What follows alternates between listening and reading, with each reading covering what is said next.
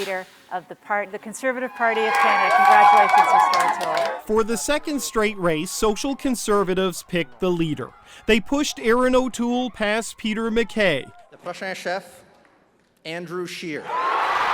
Much like when they nudged Andrew Scheer past Maxime Bernier. We don't need to keep picking this fight of, let's kick out the social conservatives to be more appealing. Steve Outhouse ran the Leslyn Lewis campaign. A proud social conservative, Lewis finished third in total points, but on the second ballot had more raw votes than any other candidate. We need social conservatives in our party if we're going to unite and win. Those voters went heavily to O'Toole on the final ballot, making it clear that social conservative voters are a big key to victory inside the party. But as Scheer learned, their values can also trigger defeat. Do you believe that a same-sex marriage is the same as a conventional union? Of course, I believe in the equality of rights of all Canadians. That was thrust onto the agenda and hung around Andrew Scheer's neck like a stinking albatross. That comment may be what sank MacKay, alienating thousands of potential voters. I just don't think he was able to recover the trust of social conservatives after that, no matter how much he said he wanted party unity. O'Toole, in contrast, positioned himself as a safe second choice, who will seek to broaden the tent. Whether you are black, white, brown, or from any race or creed, whether you are LGBT or straight, while respecting social conservatives. O'Toole himself has said he doesn't hold socially conservative views. He'll march in pride parades.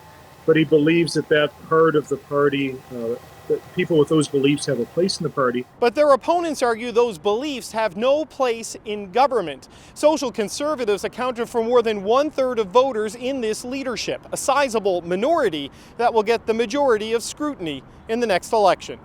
David Cochran, CBC News, Ottawa. So what is all of this leading to? Let's get some answers from Vashi Kapelos, the host of Power and Politics. Vashi, what are Conservatives telling you today about whether they actually want to fight a fall election?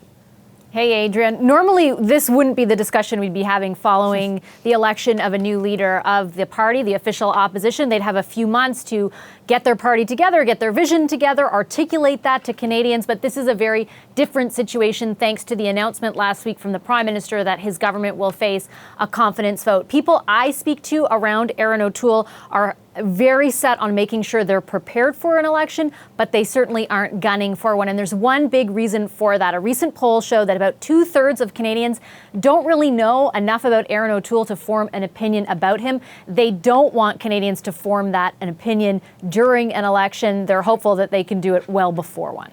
Okay, so given all of that, then what's your sense of how realistic a fall election would be, given that, other parties have a say in this?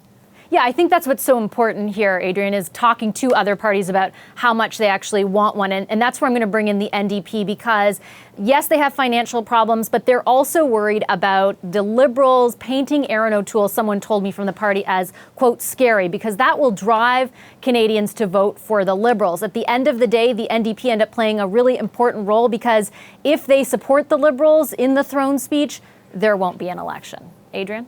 All right. Thank you, Vashi. Vashi Kapelos, host of Power and Politics.